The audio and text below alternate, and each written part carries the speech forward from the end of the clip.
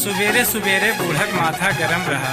खाली इतने पूछे का भे चाची, रात भर सोए नहीं पायु, बिजलिया नहीं रहा।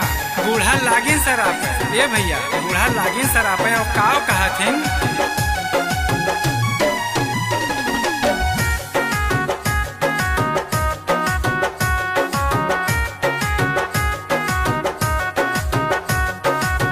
जवन दही जरा रोज काटत है बिजुलिया, जीव कहे हमरे जवन की है बास सतिया।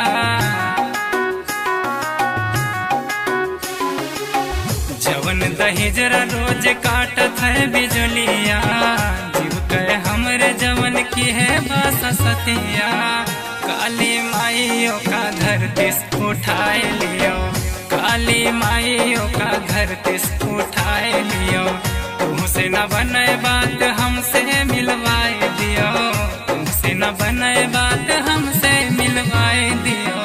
काली माइयों का धरती उठाए लियो, काली माइयों का धरती उठाए लियो।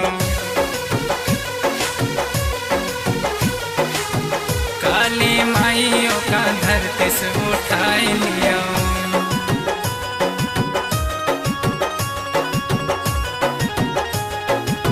काली माइयों का धरती से उठाए लिया।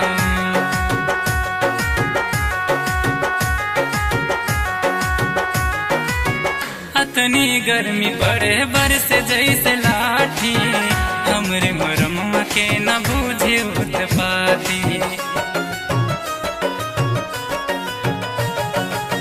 कौन छछुनरा होए कौन नास काटी, फोनवा करो तो देखावत है नवाबी। सुधरे न कुकुरा चाहे जतना गरी आए दियो, सुधरे न कुकुरा चाहे जतना गरी आए दियो। काली माइयों का धरती उठाए लियो, काली माइयों का धरती उठाए लियो। तुमसे न बने बात हमसे मिलवाए दियो, तुमसे न बने बात हमसे मिलवाए दियो। काली माइयों का धरती उठाए लियो, काली माइयों का धरती उठाए लियो।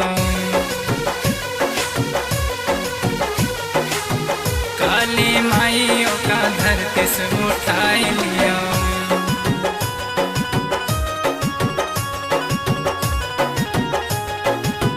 काली माइयों का धरती उठाए लियो।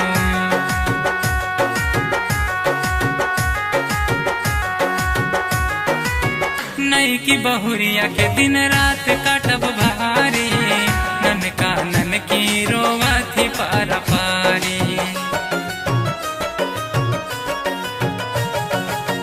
मन करे पोखरा में खटिया बिछाई, हथवा पिराए कतनी बेनिया डोलाई। चप्पल मारी मारी ओ कसम की आए दियो, चप्पल मारी मारी ओ कसम की आए दियो। काली माइयों का धरती उठाए लियो, काली माइयों का धरती उठाए लियो। तुमसे न बने बात हमसे मिलवाए दियो, तुमसे न बने बात हमसे मिलवाए दियो। काली माइयों का धरती उठाए लियो, काली माइयों का धरती उठाए लियो। चाची से पूछन चाची इतना काहे सरापत हूँ, क्या का सरापत हूँ? तो काव कहा थी, अरे वह दईजरक सरापत है जोन हमरे घरक तरवा खम्बवा से रोज नोच नोच के चला जाता है।